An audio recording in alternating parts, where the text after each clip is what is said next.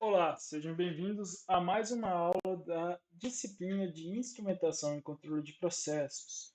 Hoje, nessa aula, vamos ver os critérios de desempenho da resposta de um sistema dinâmico. Então, basicamente, vamos definir as especificações que a resposta do nosso sistema deve ter, como ele deve se comportar. Anteriormente, nós vimos então sistemas dinâmicos de primeira ordem, de segunda ordem e de ordem superior, e como a gente vai fazer lá para achar a equação padrão de cada um desses sistemas. Agora, então, nós vamos avaliar se o comportamento desse sistema está controlado para que, no futuro, quando a gente começar a ver lá a parte de controle proporcional, derivativo integral, nós aplicarmos esses critérios para controlar o nosso sistema, que a gente vai ver lá se a resposta está dentro do esperado. Então, basicamente, as características de desempenho do sistema de controle, elas são especificadas, seja lá na indústria, seja lá no projeto que você esteja fazendo, você vai ter que ter suas metas, seus objetivos, que são aqueles set points ou referências que nós falamos anteriormente. Em alguns sistemas aí com armazenamento de energia não podem responder instantaneamente, terão respostas transitórias sempre que submetidos a excitações ou a perturbações. Isso acontece lá que o seu sistema está parado, né? Por exemplo, você quer usar sua cafeteira para fazer café, a água vai estar à temperatura ambiente, a resistência vai ter que aquecer ela até uma certa temperatura para que ela possa ali, então, ser aquecida e fazer o café, né? E ser possível lá de fazer o café que todos nós conhecemos. Então, basicamente, o nosso sistema vai demorar um tempo, porque ele vai ter essa excitação lá da rede elétrica, que vai ser transformada em calor a partir da resistência. Podemos ter várias outras perturbações também externas, que aí, no caso, não conseguimos controlar elas. Então, a gente tem que fazer que o nosso sistema responda de maneira correta para não ter nenhum desvio da nossa especificação, do nosso set point. Então, para a determinação desses critérios, geralmente a gente usa a entrada degrau unitária, como a gente falou anteriormente. Considera-se as condições iniciais nulas, ou seja, o sistema em repouso. Isso aí também a gente considerou, né? Em todas aquelas partes de modelagem, linearização, nós consideramos que o sistema está partindo do repouso e vai chegar até o ponto desejado.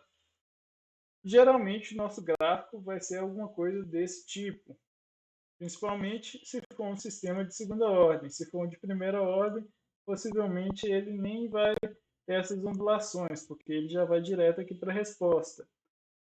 Também sistemas lá de quando a gente coloca o fator de amortecimento muito alto, eles vão ter essa semelhança aí com sistemas de primeira ordem, que a gente já viu.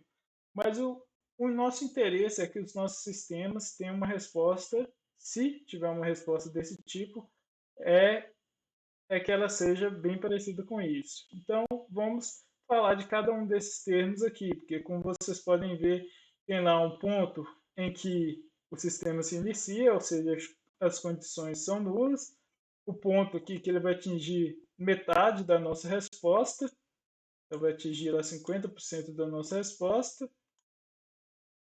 Vamos ter o tempo aqui que ele vai atingir a resposta pela primeira vez, o tempo que ele vai atingir o máximo valor ou valor de pico e qual é esse valor de pico e o tempo que o sistema vai se estabilizar. Nós vamos falar de cada um desses tempos agora.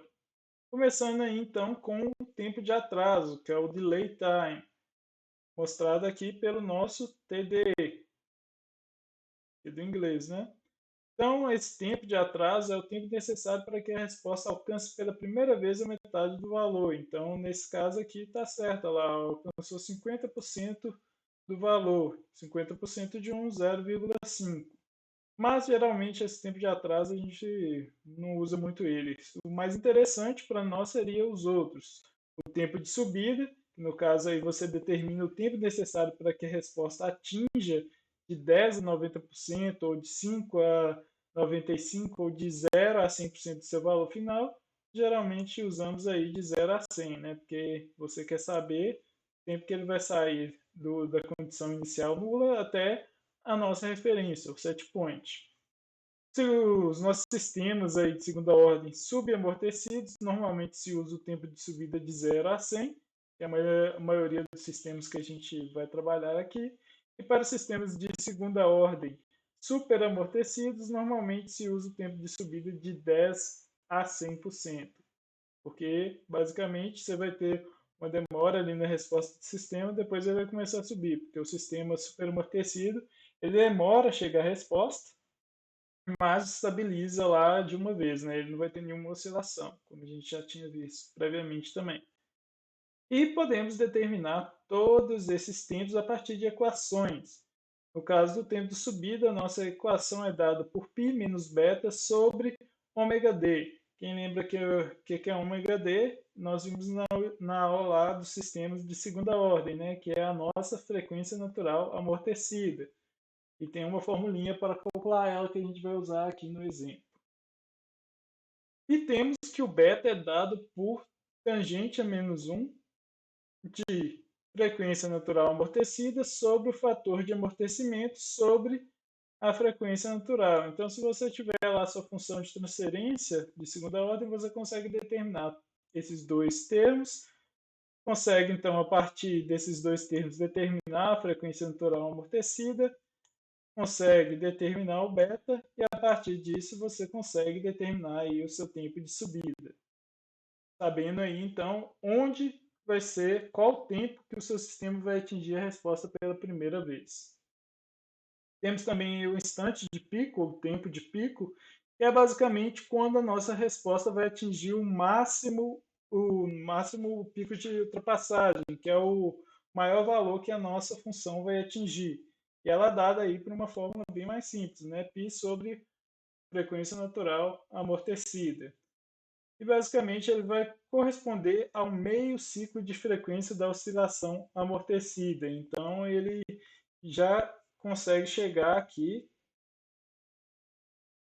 ao meio ciclo de onde a gente quer estabilizar, né? Certo, instante de pico. Temos também a máxima ultrapassagem, ou também conhecido como overshoot, que é um termo que a gente vai usar bastante. Então, lembrem-se dele. Que é dado aí pelo nosso MP. Basicamente, como eu falei, é o maior valor do pico da nossa curva lá da resposta do sistema. Então, podemos determinar ela também por uma função, que é dada aqui pelo y no tempo de pico, menos o y infinito sobre o y infinito. Muito confusa essa fórmula, né? Vamos fazer uma fórmula mais tranquila. Basicamente, esse máximo valor de ultrapassagem, só para completar, indica diretamente a estabilidade relativa do sistema. Então, se o sistema tem um máximo overshoot lá muito alto, ele não vai ser tão estável igual um sistema que tem uma faixa ali que nós vamos definir mais para frente. Então, para simplificar a nossa fórmula de máximo de ultrapassagem, vamos fazer o seguinte. Normalmente queremos que a nossa entrada seja igual à saída. Então, para alguns sistemas, o y ao infinito é igual à entrada de degrau unitária. Podemos fazer essa simplificação na fórmula, então. No caso, fica isso. Conseguimos, então, colocá-la aqui em função de um exponencial com um fator de amortecimento elevado a um fator de amortecimento aqui vezes o π. Isso aqui, com o fator de amortecimento, nós conseguimos determinar a nossa máxima ultrapassagem. Então, outra formulinha aí bem tranquila de se calcular. Dá para jogar até no Excel aí, ou no ES, qual programa você tiver maior preferência, maior intimidade. Por fim, temos o tempo de acomodação, ou settling time, que é o TS. O tempo de acomodação, basicamente, ele vai definir quando o nosso sistema se estabiliza, quando ele vai alcançar os valores dentro de uma faixa que a gente considera estável. No caso aqui, voltando no gráfico, vemos lá que temos uma faixa aqui, ó, a gente já tinha até visto esse gráfico anteriormente. Então, dentro dessa faixa, a gente já considera que o sistema é estável. Então, foi definido aí que o intervalo de valores dessa faixa pode ser basicamente um percentual aí de 2 a 5% do valor final da nossa referência. Então, se o sistema alcançou ali e ficou dentro desse intervalo por um tempo determinado, ele vai ser considerado como estável. Então, basicamente, o tempo de acomodação está relacionado com a maior constante de tempo do sistema de controle. Então, é a última aí que nós calculamos. E a escolha da porcentagem vai depender do seu projeto, qual o objetivo que você está usando, se é uma coisa de alta precisão ou não precisa ser tão alta precisão assim. E podemos também calcular com uma fórmula, que não é essa aqui. Essa aqui nós vamos fazer o seguinte, definir uma constante de tempo t, que é 1 sobre o fator de amortecimento vezes a nossa frequência natural, e vemos aqui um gráfico que os pesquisadores antes de nós já fizeram. No gráfico aqui temos o tempo de acomodação t, que varia aí em relação a essa constante tzão que a gente colocou, e temos o nosso fator de amortecimento. Se vocês observarem, com o primeiro aqui, a faixa de tolerância de 5%, vai subir à medida que a gente aumenta o fator de amortecimento, depois desce, sobe de novo, desce, sobe de novo, mas varia numa faixa aí dos 3P. O maior valor aqui atingido é 3P, 3T. Então a gente usa esse 3T para determinar o tempo de estabilização quando a gente vai falar da faixa de tolerância de 5%. E da mesma forma, aqui na faixa de tolerância de 2%, podemos ver que o nosso sistema aumenta, aí diminui, aumenta, diminui, aumenta, diminui, aumenta. E a média dele aqui, o máximo valor que ele atinge normalmente é o 4T. E vamos usar então esse 4T para determinar o nosso tempo de acomodação para a faixa de tolerância de 2%. Então aí usamos uma faixa também do nosso fator de amortecimento de 0 até 0,9, porque aí já consideramos o sistema subamortecido.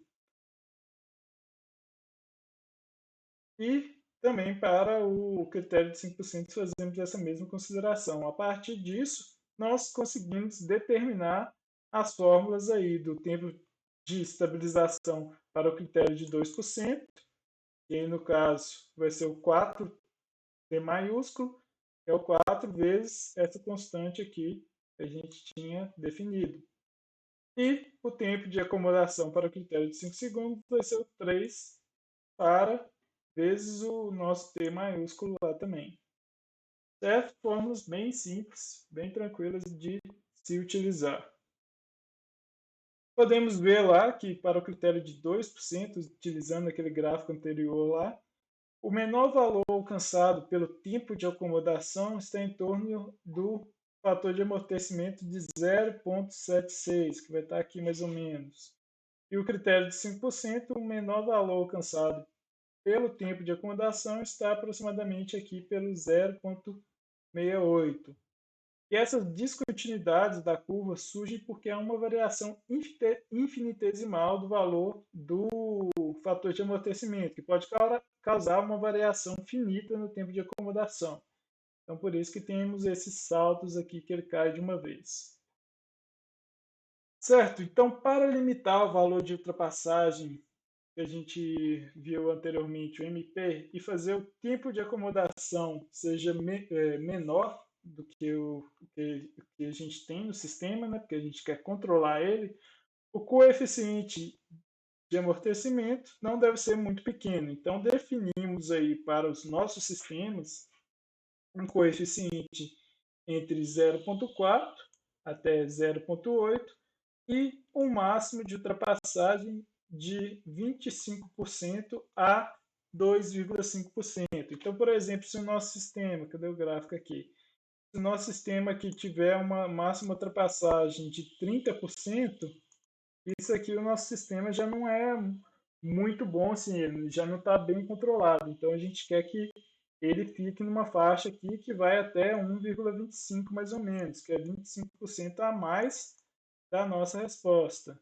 E a letra está horrível aqui, novamente. Mas aí, basicamente, o máximo valor que ele poderia alcançar aqui seria 1,25 e o mínimo 2,5. Mas esse mínimo aqui, se você estiver usando sistema de primeira ordem, um sistema super amortecido ou de terceira ordem, que você fez aquelas aproximações lá pelo método de Skogestad ou pelo método de Taylor, não tem tanto problema não. Se a resposta tiver dessa forma aqui também é uma resposta boa, mas o ideal seria que o nosso sistema respondesse rápido, chegasse a resposta rápida aqui e estabilizasse depois, tivesse uma parte oscilatória e depois estabilizasse de um tempo.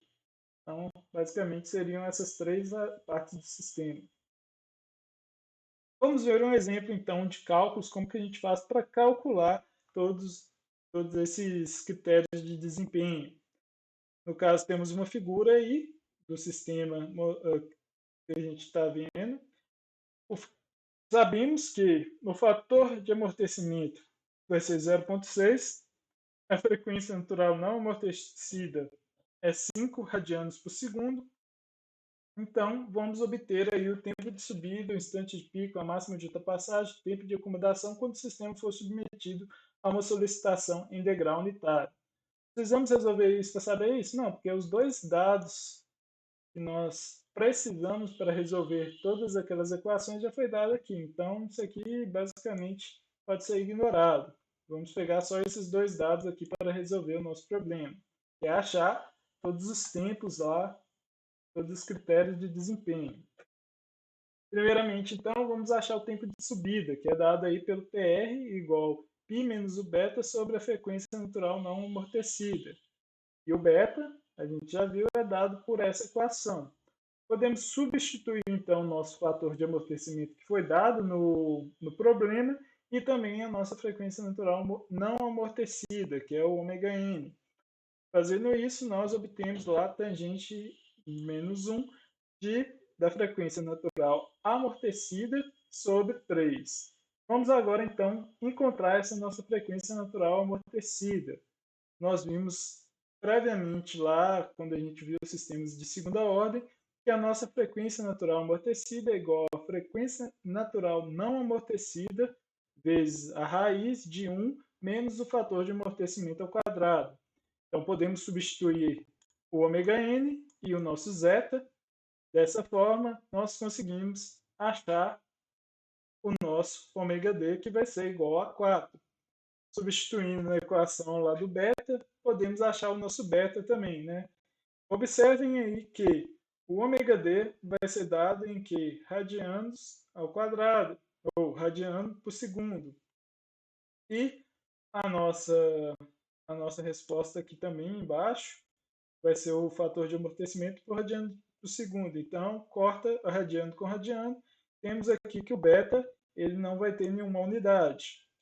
Mas, quando você pega o tempo de subida, olhando a fórmula previamente, ele vai ter um ômega-d aqui, que é radianos por segundo, e o π, que é radiano. Então, vai cortar o radiano, vai ficar só os segundos. Então, o valor que nós vamos achar aqui nesses tempos, todos vão ser em segundos, certo? Então, tudo isso aqui é em segundos. Esqueci de colocar aí, mas lembre-se disso. Certo, temos o tempo de pico, que também é determinado de maneira fácil, aí, já que a gente tem a nossa frequência natural amortecida, que é igual a 4, π sobre 4 é igual a 0,785. Então, vemos ali que está correto os cálculos, né? Porque o tempo de subida vai ser menor que o tempo de pico. Isso aí é verdade. Próximo, temos o máximo overshoot, que vai depender aí só do nosso fator de amortecimento. Substituímos o zeta por 0,6, fazemos aí as nossas operações e obtemos que o nosso máximo de ultrapassagem, o nosso overshoot, vai ser igual a 9,44%. Então, ele está dentro daquela faixa lá de 2,5% até 25%. Então, esse nosso sistema aí tem como uma resposta bem próxima do que a gente deseja, né? Ele não vai sair muito de uma faixa lá, chega a ser absurda. E por fim, temos o nosso tempo de acomodação, por o critério de 2%. a gente somente substitui o zeta e a frequência natural não amortecida, o ômega n, e achamos aí 4/3, que é 1,33333, mas aí deixamos só duas casas. E temos o tempo de acomodação para o critério de 5, vai ser igual a 1. Observem que os nossos tempos de acomodação são maiores que os tempos de pico e o tempo de subida. Então, isso aqui está correto. Certo? Temos aqui um exercício para vocês fazerem. Então, tentem fazer ele, depois iremos colocar aí a resolução dele também postada no YouTube para vocês verem. Só dando uma revisão aqui, a resposta transitória do sistema pode ser descrita em dois fatores: a rapidez da resposta, como representada pelo tempo de subida e pelo tempo de pico, a proximidade da resposta em relação à resposta desejada, como representada pela ultrapassagem e pelo tempo de acomodação. Então, basicamente, a partir desses dois fatores, a gente define aí a resposta transitória do nosso sistema. E essa aula de critério de desempenho termina por aqui.